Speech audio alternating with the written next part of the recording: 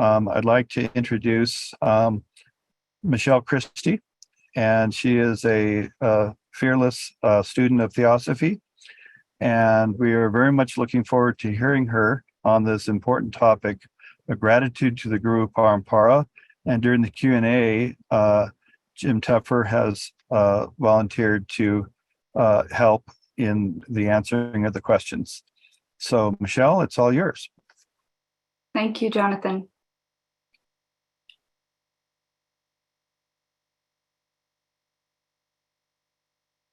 Well, thank you all for being here tonight for this virtual Sangha. We would like to begin this evening by giving our sincerest gratitude to all of our teachers, from our parents and mentors, all the way up to the luminous Mahatmas and Bodhisattvas. This student very truly would not be here today if it were not for the patience, compassion, and sacrifice of my teachers.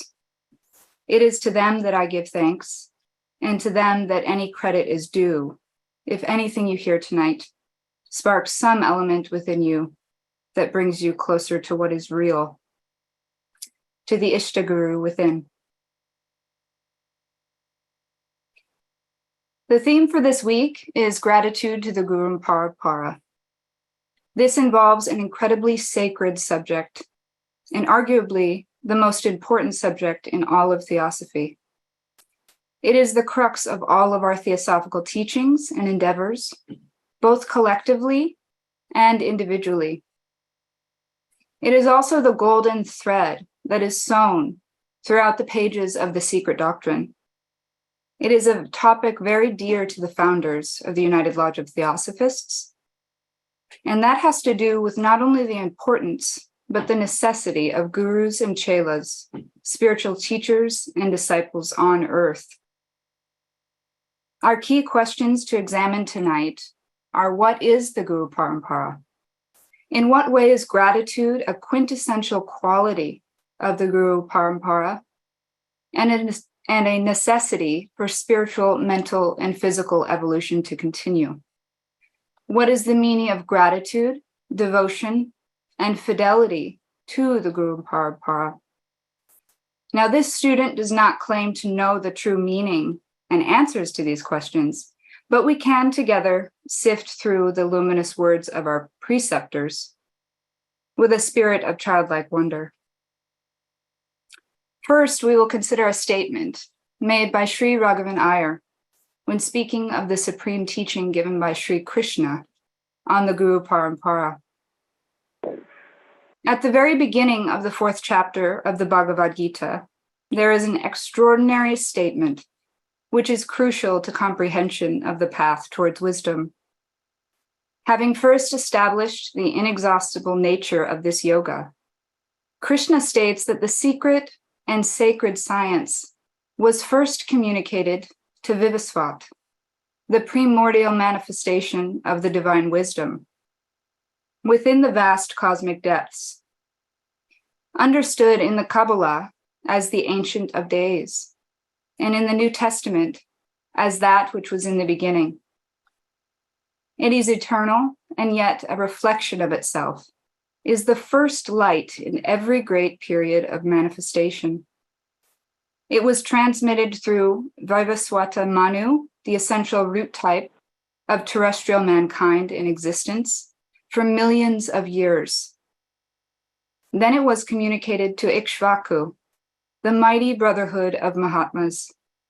Their compassion is boundless, and their concern is profound for the primary needs of every epoch. They recognize the mathematical accuracy of the harmonic law of cycles under which there may be permitted from age to age for the preservation of the just, the destruction of the demonic, and the establishment of righteousness, the timely promulgation of divine wisdom by the avatars who come as the great teachers of humanity. Therefore, after Krishna says that the sacred teaching was communicated to Vivaswat and to Manu and also to Ikshvaku, Ikshvaku, and then to the Rajarishis, the royal sages behind the chief dynasties of all the ancient kingdoms, which witnessed the forgotten renaissances of antiquity. He says to Arjuna, "This same and memorable teaching of yoga I have declared to thee today, for thou art my devotee and friend." And this esoteric teaching is truly exalted. So here we can see that the Guruparampara is a sublime royal lineage, which issues forth from the light of the Logos, from the Krishna Avatara. It is the golden thread that stretches throughout the whole of the Manvantara. Its sphere of influence extends down from on high and radiates down to the primordial atom, from the highest plateaus of initiation down to the little child learning the alphabet from his kindergarten teacher. Krishna then speaks of the sacrificial transmission of this secret and sacred science to Arjuna. Why? Because Arjuna is simply and completely his devotee and his friend. In a simple sense, we have the entire teaching summed up in a few sentences. Arjuna is given this secret teaching because of his devotion, because of his supreme fidelity to his teacher. Krishna then continues by saying, "Both I and thou have passed through many births, O harasser of thy foes. Mine are known unto me, but thou knowest not of thine. Even though myself unborn, of changeless essence, and the Lord of all existence, yet in presiding over nature, which is mine, I am born but through my own Maya, the mystic power of self-ideation, the eternal thought in the eternal mind. I produce myself among creatures, O son of Bharata. Wherever there is a decline of virtue and an insurrection of vice and injustice in the world, and thus I incarnate from age to age for the preservation of the just, the destruction of the wicked, and the establishment of righteousness. Whoever, O Arjuna, knoweth my divine birth and actions to be, even so doth, not upon quitting his mortal frame, enter into another, for he entereth into me. Many who were free from craving, fear, and anger, filled with my spirit, and who depended upon me, having been purified by the ascetic fire of knowledge, have entered into my being. In whatever way men approach me, in that way do I assist them. But whatever the path taken by mankind, that path is mine, O son of Pritha." Like Sri Raghavan says, these few statements given in the Bhagavad Gita are crucial to the comprehension of the path towards wisdom. Krishna tells us that he produces himself amongst creatures and thus incarnates from age to age for the preservation of the just, the destruction of the wicked, and the establishment of righteousness on earth. Now, this can be looked at from multiple points of view. As theosophists, we often can become uncomfortable when reference is made to a divine incarnation. There are many possible reasons for this, whether this is through our own collective post-traumatic stress that's associated with all the false teachings that came out of the churches in the last 2,000 years, as well as the countless false gurus that are rampant all over the world today, or through a fascination with keeping everything abstract at a distance. There is an unconscious denial of divinity assuming a human form. And this is ultimately a philosophical denial of the relative reality of the physical plane and the physical body. Perhaps it is too much to contemplate, or too wondrous, too magical. Isn't our very existence magical? The world is an illusion, we are told. Yes, it is an illusion, but it is a divine illusion. The statement from Krishna clearly states that he incarnates on earth to reestablish the good law.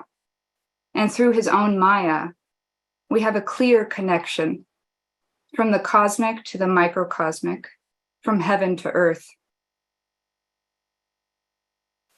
Now, we understand from our philosophy that the physical plane is the grossest plane, and that the fields of force that govern matter on that plane are simply manifestations of ideation from universal mind. The parallel point is that the luminous spirit can only manifest in the human form through the individualized ray of higher manas. Pure spirit can never directly descend into matter. It must be connected through the matrix of self-conscious intelligence. Sri Raghavan Iyer says in his article, Mahat, Manu, and the Avatar, to discount the conception of Manu as a being, preferring the metaphor of a focusing of rays, suggests that one is threatened by the facts of evolution. Foolishly determined to run away from one's spiritual progenitors, preceptors, and teachers. And to run away is to cheapen the concept of such beings through the popular notion of an arbitrary personal God. This only arose and held a hypnotic sway over many people because it crudely concretized that which is essentially true. But repeating Brahman, Brahman, or impersonal God, will not get one any closer to Brahman or to impersonal deity. Only through the awakened devotional heart may one begin to grasp the indescribable majesty of such beings. Only through a sense of their reality may one begin to apprehend the archetypal meaning of the long pilgrimage of mankind, within which every unit bears fundamental responsibility, but receives divine guidance. To believe that the guru is only without is the result of, clearly, of a blind attachment to the idea of a personal God. To believe that the guru is only within is also misleading, because it is just an internalized attachment to the idea of a personal God, but that is fueled by a repulsion of worship to an anthropomorphic deity. If we really delve into our theosophical teachings, the truth seems to be pointing to a deeper mystery, that the guru is not within or without, the guru is within and without. And here there's Krishna consciousness, but there is also Krishna embodied. He says, it is only through the devotional heart and a profound sense of the reality of true teachers, Mahatmas, and avatars that we can begin to grasp the majesty of such beings, as well as grasp the meaning of our long monadic pilgrimage. Mahatmas, Manus, and avatars are all exemplifications of what we can become. Why is this so critical to the Guruparampara?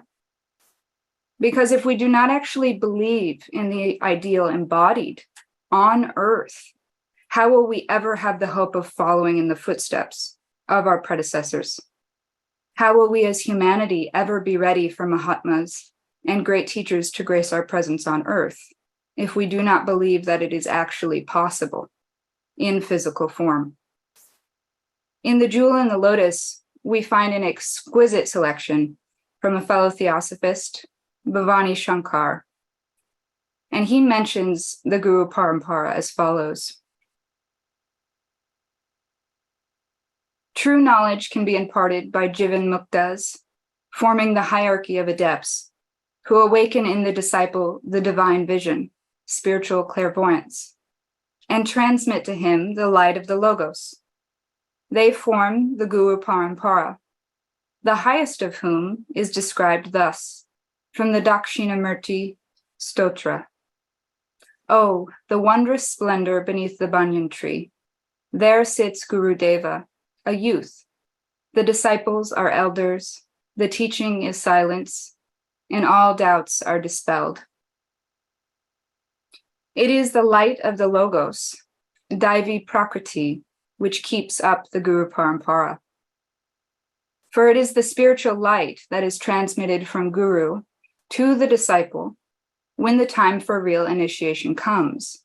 It is the bond of union and brotherhood which maintains and preserves the chain of spiritual intercourse through all the great Jivanmuktas of the world. And to enter into any such brotherhood, one should bring oneself within the influence of that spiritual light of the Logos. Here we can glean something even more profound, that it is the light of Daivi Prakriti, the light of the Logos, which sustains the Guruparampara chain, and that it makes it possible to enter into this great brotherhood of the blessed by bringing oneself within the influence of that logoic light. It is this spiritual light that is transmitted from Guru to Chela, which intimates an incredibly sacred bond that is formed between the teacher and the student. Next, we will look at a letter. It's letter 12 in Letters That Have Helped Me, written by William Quan Judge to Jasper Neiman.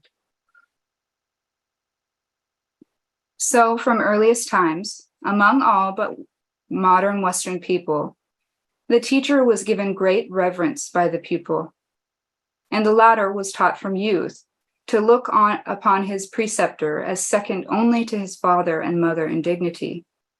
It was among these people a great sin, a thing that did one actual harm in his moral being, to be disrespectful to his teacher, even in thought. The reason for this lay then, and no less today does also lie, in the fact that that a long chain of influence extends from the highest spiritual guide, who may belong to any man, down through vast numbers of spiritual chiefs, ending at last in the mere teacher of our youth. Or, to restate it in modern reversion of thought, a chain extends up from our teacher or preceptors to the highest spiritual chief in whose ray or descending line one may happen to be. And it makes no difference whatever in this occult relation, that neither pupil nor final guide may be aware or admit that this is the case.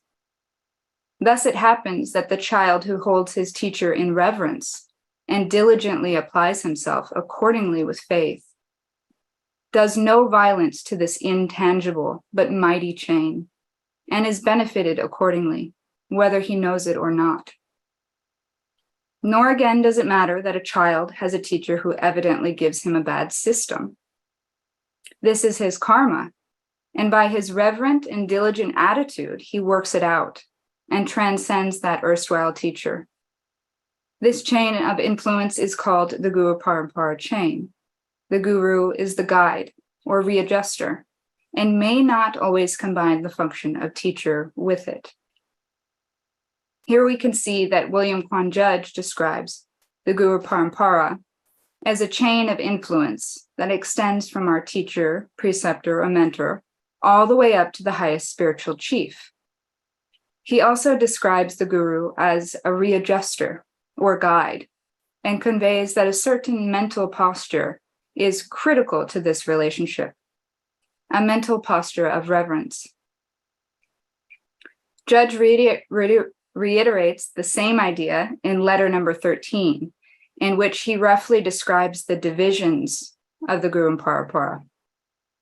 He says that each man who determines in himself that he will enter the path has a guru, but that the time between the determination and the hour when he will really know the master may be very long indeed. In some cases, it is very short. We must now occupy a moment in some consideration of divisions. Just as the merest private in the army has a general who guides the whole, but whom he cannot reach except through the others who are officers, so in this order we find divisions of gurus as well as divisions of disciples. There is the great guru who is such to many who never know him or see him. Then there are others who know him and who are gurus to a number of chelas, and so on until we may imagine a chela who may be a known guru to another chela below him. Then again, there may be chelas who are acting as guru, unacknowledged because pretemporal in function to one or more other chelas. Now he makes the resolution above mentioned, and thereby, he who makes the resolution above mentioned does thereby make a bond that rests in the highest law. It is not a thing to be done lightly, because its consequences are such of a serious nature, not serious in the way of disasters or awful torments and such, but serious in respect to the clearness and brilliancy of those rays of truth which we wish to reach us. We have thereby, in a sense, the degree determined by the sincerity and power of our motive. Taken ourselves out of the common, vast, moving herd of men who are living, as to this, like dumb animals, and have knocked at a door. If we have reverenced our teacher, we will now revere our unknown guru. We must stand interiorly in a faithful attitude. We must have an abiding, settled faith that nothing may shake us. For it is to mighty karma we have appealed, and the guru is karma in the sense that he never acts against karma. We must not lose faith for an instant, for it is this faith that clears up the air there, and that enables us to get help from all quarters. Here we can see that this vast chain of the guru-chela relationship, he tells us that this bond rests in the highest law, and that it is the degree of fidelity, faith, and that it determines our receptivity to the logoic light in each of us. And this is quite profound, because what Judge is saying is that our ability to reach towards the logos is entirely in our hands. This same idea is echoed throughout the Bhagavad Gita.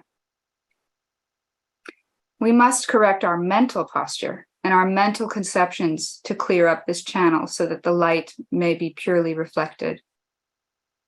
Fidelity, loyalty, faithfulness, reliability, trustworthiness, devotion, and commitment are all intrinsic to the Guruparampara. Fidelity is the highest virtue of all the virtues. But what role does gratitude play? Gratitude means to appreciate, to value, to be thankful, to be full of appreciation beyond what you have been given. During the initial lighting up of Manas, when human beings were sacrificially endowed with the gift of self-consciousness, H.P. Blavatsky describes the qualities that first arose spontaneously in us in The Secret Doctrine. She says that when moved by the law of evolution, the lords of wisdom infused into him the spark of consciousness. The first feeling it awoke to life and activity was a sense of solidarity, of oneness with his spiritual creators. As the child's first feeling is for its mother and nurse, so the first aspirations of the awakening consciousness in primitive man were for those whose element he felt within himself and who yet were outside and independent of him. Devotion arose out of that feeling and became the first and foremost motor in his nature, for it is the only one which is natural in our heart, which is innate in us, and which we find alike in human, babe, and the young of the animal. Devotion to and solidarity with our preceptors are the most natural powers that come with the awakening of the immortal soul. However, since the lighting up of Manas over 18¾ million years ago, many causes have been sown, and collectively, as well as individually, we have obscured our pure connection to our preceptors. What role does gratitude play? Gratitude is this underlying feeling, a deep feeling of recognition, which forms the basis for a mature devotional soul posture. Gratitude is like a wide door or an about face in action, in mental action, and that can raise us even just a little bit to see a circumstance from a slightly higher elevation. Even when the mind is polluted, the motive is fraught with serving many masters and the weight of life all too much to bear. If there is within us a seed of gratitude for the immense privilege and gift that we have been given, this can provide a basis, a new beginning for our spiritual practice to grow and ultimately regenerate the mind and purify the will. And this leads us back to the main quote for this week in the Aquarian Almanac.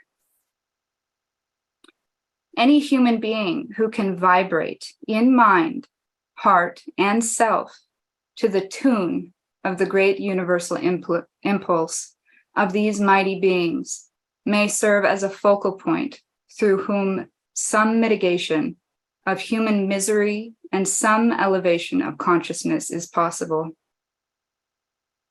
H.P. Blavatsky can be seen as a pure focal point for the Guruparampara. She recognized the importance of the Guruparampara chain and brought to the world the idea of its existence. Her aim was to serve and give due credit to masters of wisdom. She attuned herself to the universal wisdom impulse and was able to serve as a nexus point to raise the consciousness of humanity. She was, in the truest sense, a real bhakti yogin. In December of 1886, she published an article in The Path, which was entitled The Theosophical Mahatmas. In that article, she replies to some students who are questioning whether the masters exist. And she details out certain qualifications for chelaship and speaks about the extreme importance of fidelity. And she exemplifies her own mental posture towards her master in her writing. It's an exquisite example of the power of devotion and fidelity, which are wholly divorced from being mere abstractions or the worship of a personal god. She states that unswerving devotion to her master is her only merit and the cause of her success in occult philosophy. She says, quote, "I will be asked, are you so holy and faultless and so worthy? To this answer, I am not. Imperfect and faulty is my nature. Many and glaring are my shortcomings. And for this, my karma is heavier than that of any other theosophist. It is and must be so, since for so many years I stand set in the pillory, a target for my enemies and some friends also. Yet I accept the trial cheerfully. Why? Because I know that I have, all my faults notwithstanding, Master's protection extended over me.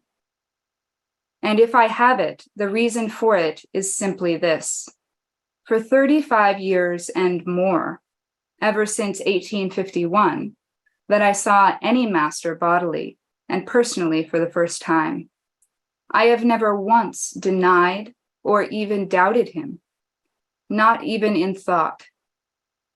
Never a reproach or a murmur against him has escaped my lips or entered even my brain for 1 instant under the heaviest trials. From the first, I knew what I had to expect, for I was told that, which I have never ceased repeating to others. As soon as one steps on the path leading to the ashram of the Blessed Masters, the last and only custodians of the primitive wisdom and truth, his karma, instead of having to be distributed throughout his long life, falls upon him in a block and crushes him with its whole weight. He who believes in what he professes and in his master will stand it and come out of the trial victorious. He who doubts, the coward who fears to receive his just dues and tries to avoid justice being done, fails. He will not escape karma just the same, but he will only lose that for which he has risked its untimely visits. This is why, having been so constantly, so mercilessly slashed by my karma, using my enemies as unconscious weapons, that I have stood it all. I felt sure that my master would not permit that I should perish, that he would always appear at the 11th hour, and so he did. 3 times I was saved from death by him, the last time almost against my will, when I went out again into the cold, wicked world out of love for him, who has taught me what I know and made me what I am. Therefore I do his work and bidding, and this is what has given me the lion's strength to support shocks, physical and mental, one of which would have killed any theosophist who would go on doubting of the mighty protection. Unswerving devotion to him, who embodies the duty traced for me, and belief in the wisdom, collectively, of that grand, mysterious, yet actual brotherhood of holy men, is my only merit and the cause of my success in occult philosophy. Gratitude, devotion, and fidelity are the quintessential qualities that sustain and uphold the transmission of wisdom from teacher to student in the Guruparampara chain. Robert Crosby says in the almanac from this week, back of all is the great lodge, ever watchful, ever working, never doubt that. So I would like to end with a quote from Sri Raghavan Iyer from an article that's titled The Eye of Shiva.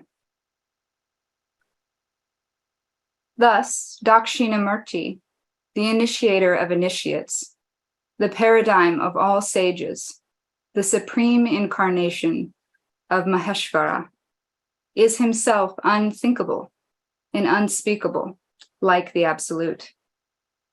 To speak of the one is to speak of the other, which is why wise human beings use meditation upon the Guruparampara, the sacred lineage of true sages, as a way of coming closer to the Absolute.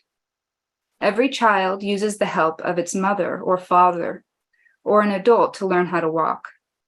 That is nature's way. That is what comes naturally to the human being. And it is that which is ultimately the only way, the only door to greater knowledge, greater experience, profounder apprehension, deeper comprehension, and even more, to a taste or a foretaste of Sat Chit Ananda. If a person understood all of this, he or she would quickly see that to limit the unmanifest by the manifested, or the inexhaustible absolute by any possible notion of a first cause or a particular limited God would indeed be to limit man, to limit humanity, whether in terms of 2,000 years or even 18 million years, would be equally irrelevant. It would truly be to deny the very visible facts of the cosmos and human life, thereby cutting oneself off from one's truest life, which is no other than the divine ground, of the attributeless absolute, the blissful state of silent, ceaseless contemplation. Sat Chit Ananda. Thank you. Thank you, Michelle. What a magnificent affirmation of the deepest within all of us. Will you be here, you and Jim, available to take some questions or comments? First.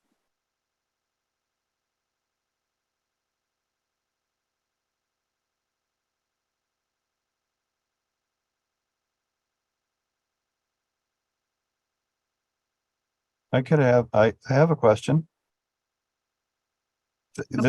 This comes from a quote that you read from HPB about the very beginning of the lighting up of manas, and the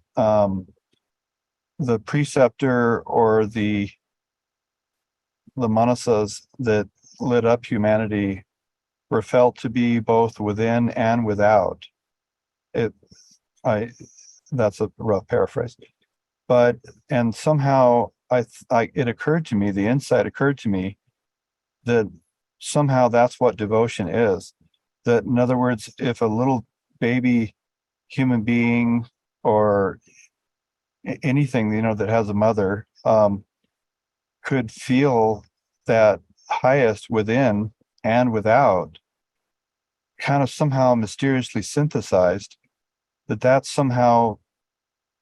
is devotion. What do you think about that?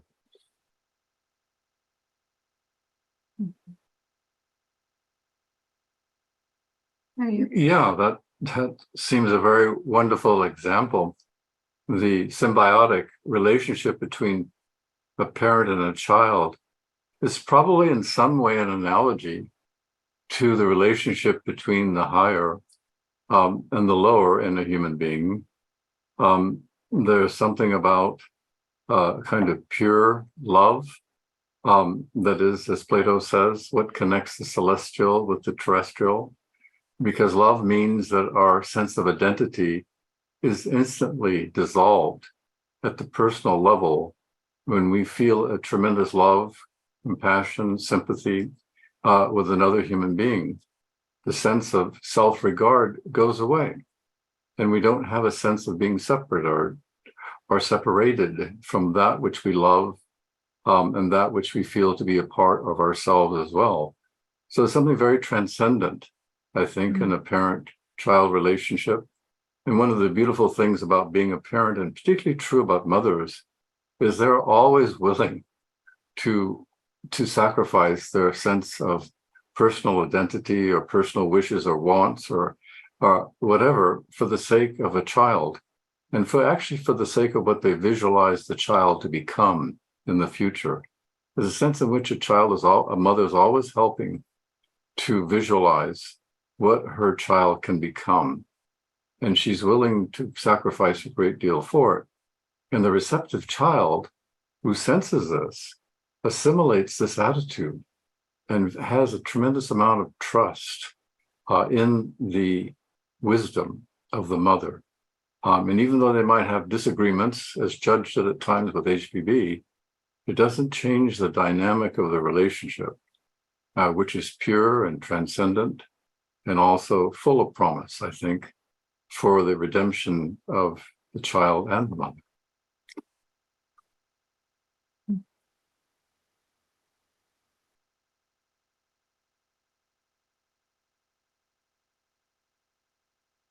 It's interesting. Michelle referred to the necessity of the Guruparampara. And that's a very profound point. It's necessity for the unfoldment, the natural unfoldment through all the cycles of the ages up into the very last race, seventh race of the seventh round. We can understand that at some simple level because there isn't a culture on earth that doesn't wish to transmit, to put into forward into the future what is distilled experience, its insights, what it learned itself from its ancestors, from the very best of them, and see that as something that they feel should be cherished and transmitted to the younger generation for the future betterment of those of their culture and to the highest beings in every culture. They want to see it in relation, really. They take pleasure, take joy in seeing people from different cultures full of enthusiasm and a desire to perpetuate that which is finest and most excellence in their cultures for the sake of the future. So there's something very beautiful about that. It's a thread that has to exist in every age.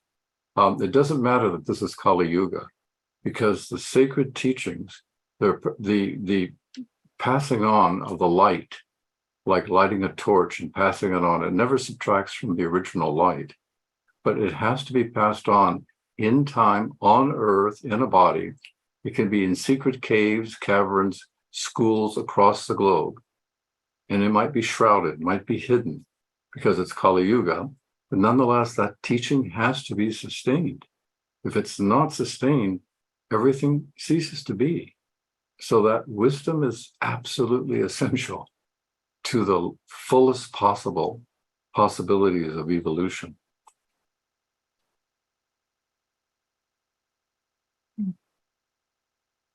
That's really beautiful.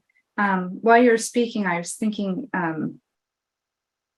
that I think one of the most characteristic qualities of the Guruparampara is the quality of sacrifice. During the lighting up of Manas, this was a pure sacrifice from the Manasaputras. Even to incarnate into a physical limiting form is like a sacrifice. And I think that even for example, in the Bhagavad Gita, when Krishna is speaking about devotion, I think we could even think of devotion as kind of like a sacrifice. It's, or it can certainly be done in a sacrifice, in a sacrificial way. In a sense, we are choosing what we become devoted to, and we're sacrificing everything else to become one-pointed and have this continuity in our consciousness, towards Krishna in that sense.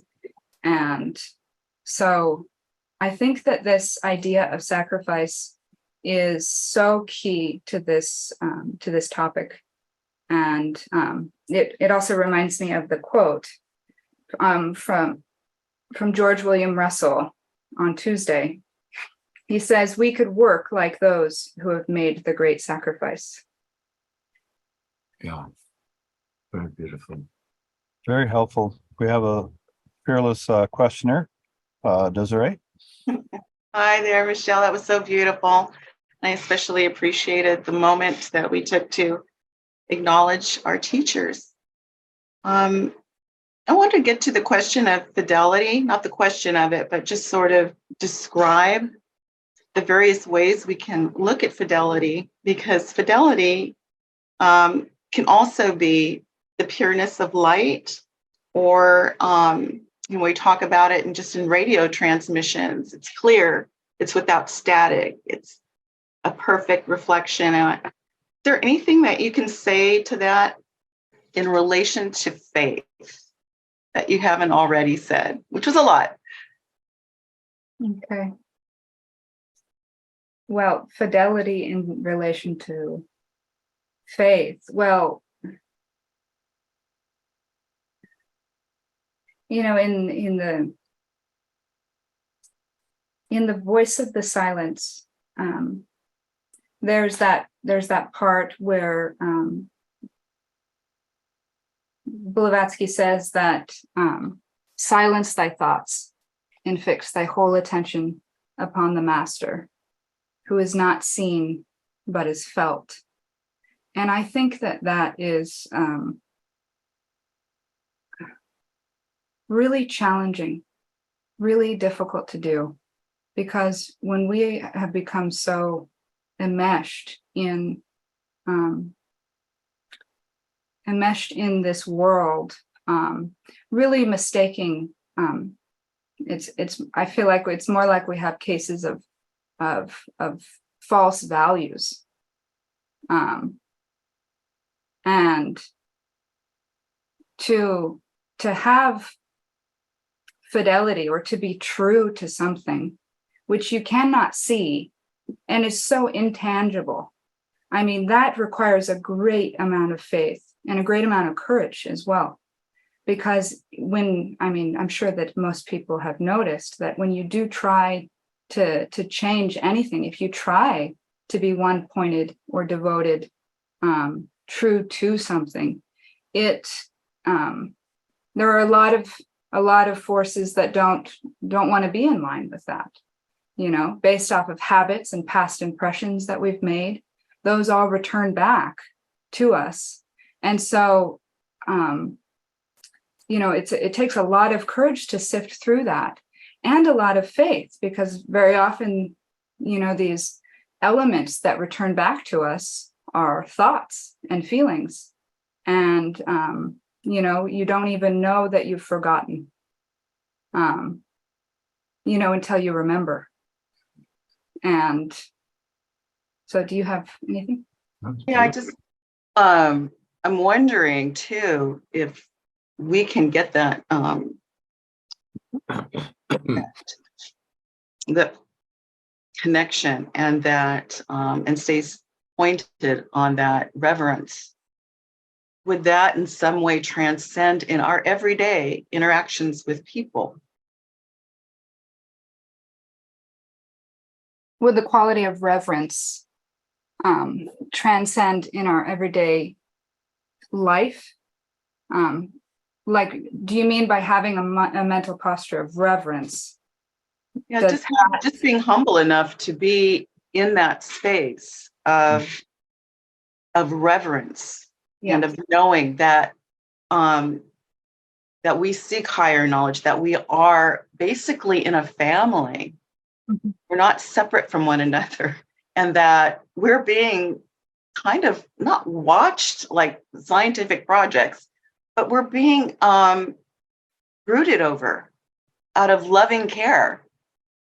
And to be acknowledging that and just holding that love somehow must transcend to the way we interact with fellow human beings.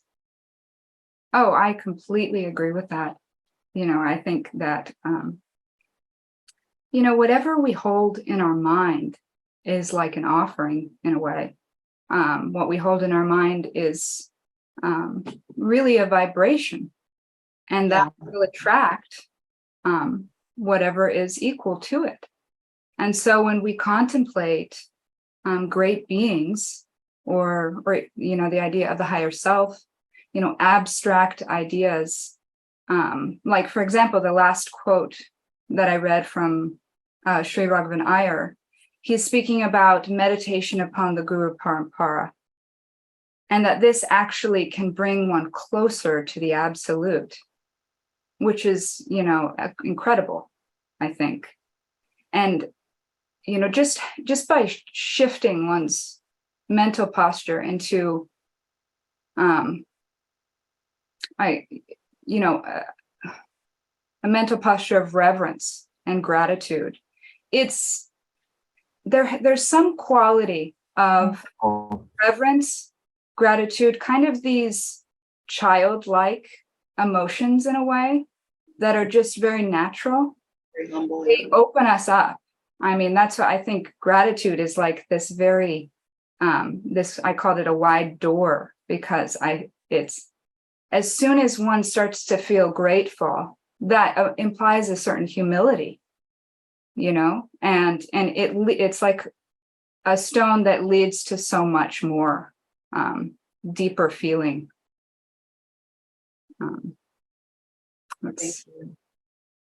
You have just one thing about fidelity. This so beautifully, it's a shame to say something, but I'll just add one point.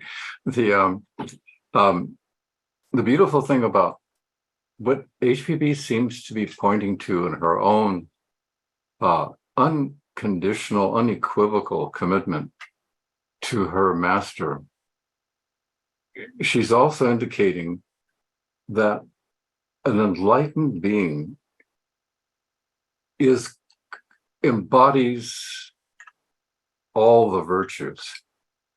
So even an action, a gesture, a sound by a totally enlightened being has in it all the virtues in what is being done. And as one moves along the path of devotion to a being who embodies such incredible purity, one finds it self-validating. That is, what is taught in time becomes self-discovered. And the more one discovers the self within, the more it validates the guru without. And so there's a wonderful dynamic and dialectic that occurs, is that the more you're truer and trust by virtue of your own thought and intuition, a teacher, as you follow that teacher and show obeisance, this judge says it's very exacting at the higher levels. There's no fooling. But nonetheless, it increasingly becomes self-validating. And you become aware of the incredible supernal splendor of all the beings that belong to the society of the enlightened. And so any of them and all of them, and by extension, down to not only the dog, but the dog eater, says Krishna, we can sense something of the holy presence of the divine light that enlightens the teachers and in time enlightens disciples. And so there's a wonderful, harmonious oneness that comes out of that experience.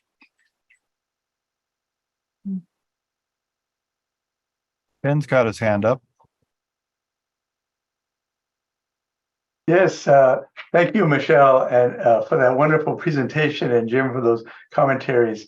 I have to say that over the years, I've been thinking of other human beings as like a brother or sister, but until today, I had not really realized that, like the analogy of the military, say the private who's respectful of his sergeant and the corporal, and eventually all the way up to the general that he doesn't know, but he's aware of, that means that I'm now, as of today, really consciously adopting this mental shift that this lineage can appear really through any person that is a teacher in my view, and that I have to say is really a profound shift, because I've been able to see, the brother sisterhood of people, like especially patients over the years when I was in the hospital, and then other folks that I'm visiting with or in a club or a group with like us, but to see then that lineage from the individual, like I said, like the private to seeing his sergeant and then respecting and having reverence for that,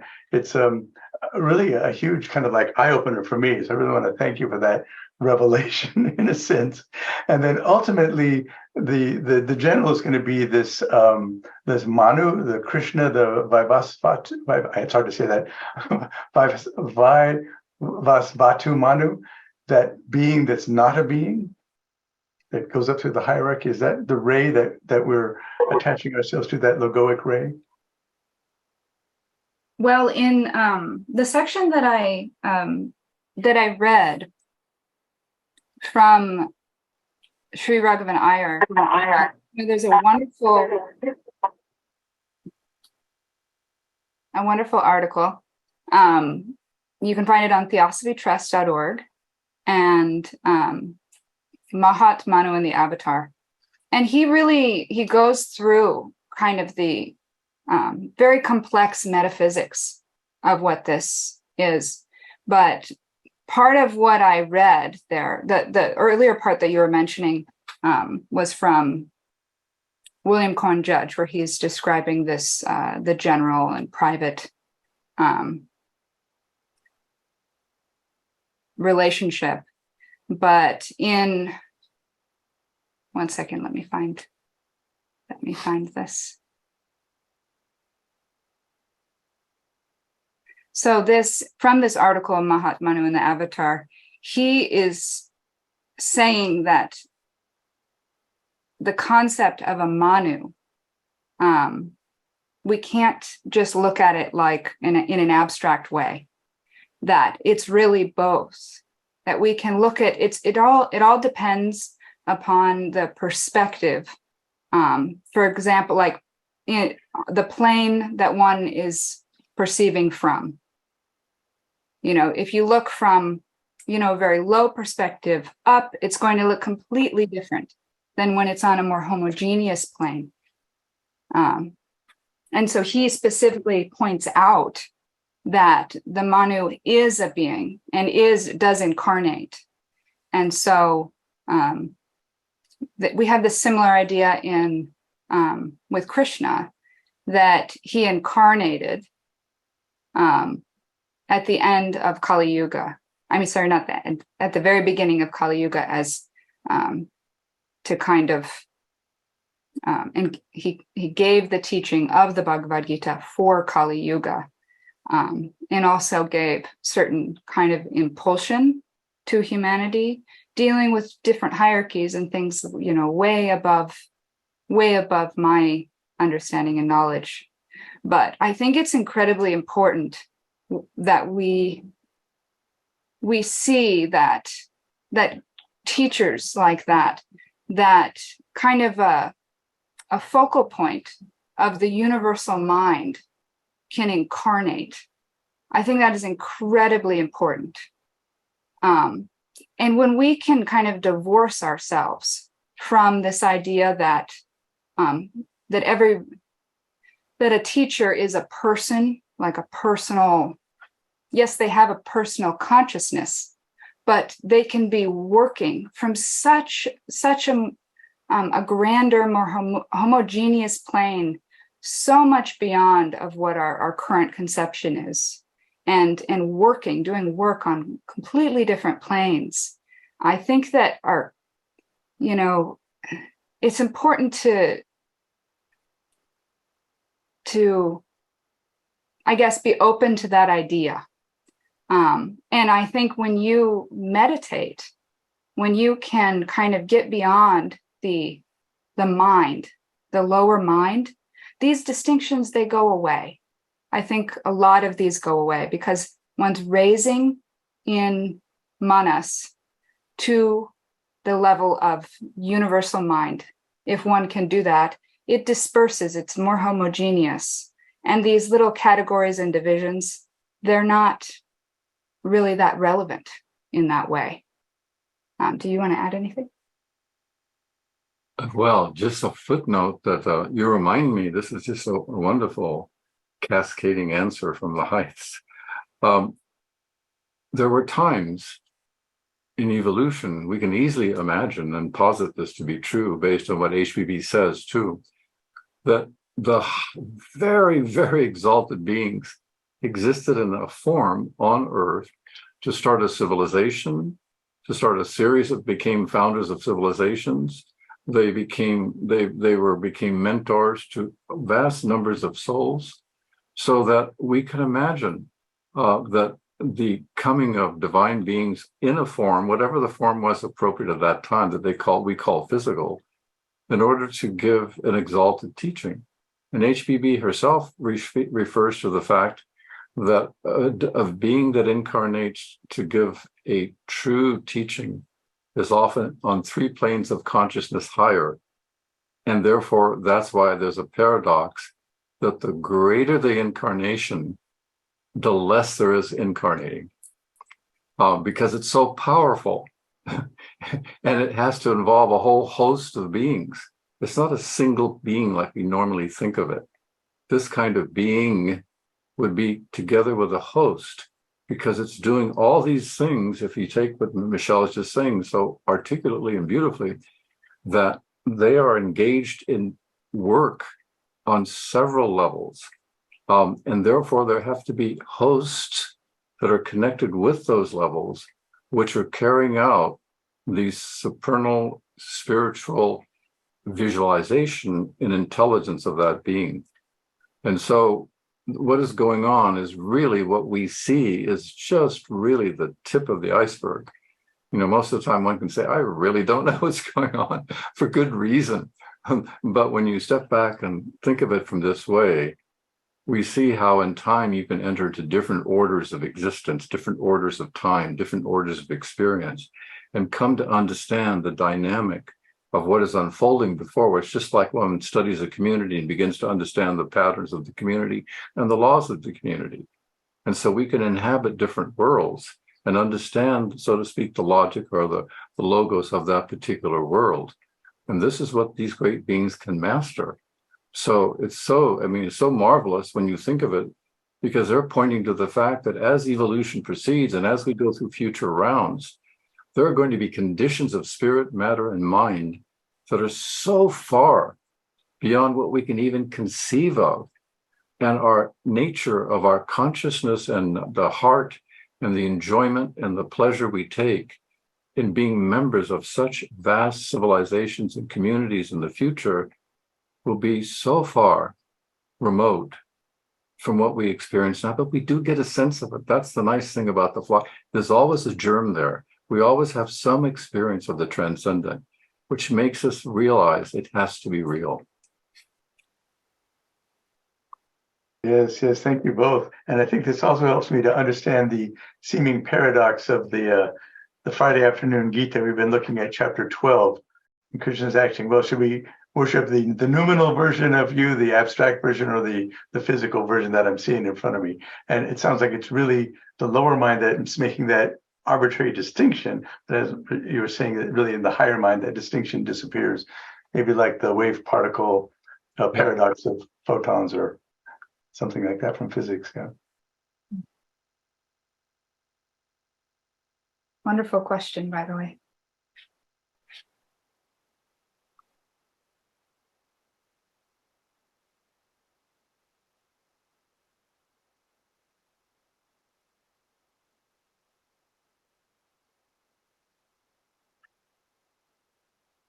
Desiree?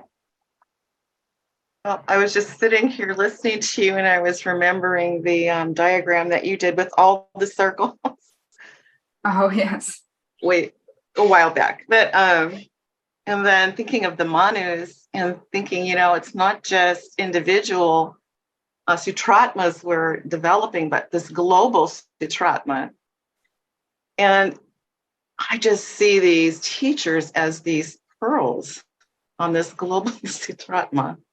So it's not just the individual, but the whole humanity going through these different manus, and each time creating a new pearl through these teachers. What do you think about that? Or am I just watching too many science fiction shows? Well, I think that the fact that these great beings exist and and hold this continuity of consciousness that extends, I'm not even really sure if it is interrupted at all. It's like a storehouse of all of this ancient wisdom, as well as like all of our hope in the world, all of our highest feelings, is like stored almost in this thread. And I think that by trying to connect up with it, it's like we're returning back to this home in a way. Yeah.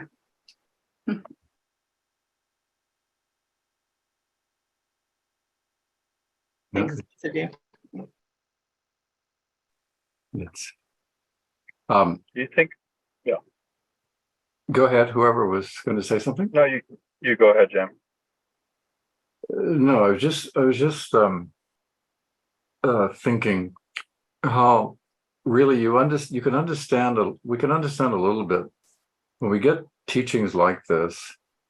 You can genuinely identify with and appreciate the Christian who sits down and actually reads the Sermon on the Mount, and bathes in it and luxuriates in it and is refreshed by it, because the virtue of Christ, of any initiate, the language carries with it all the blessings and virtues of that being.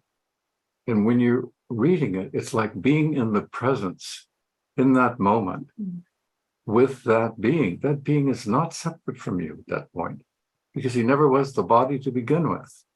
So this dissemination of teachings through all the world and different cultures, from the simple to the complex, whatever, but at the heartbeat of it, if it's given by an enlightened being, it is something about it that replenishes psychologically, ethically, spiritually, in so many different ways, because the magic of a virtuous teaching that has the creative powers of a unified, harmonic existence or a level of reality is such that it completely regenerates the spirit.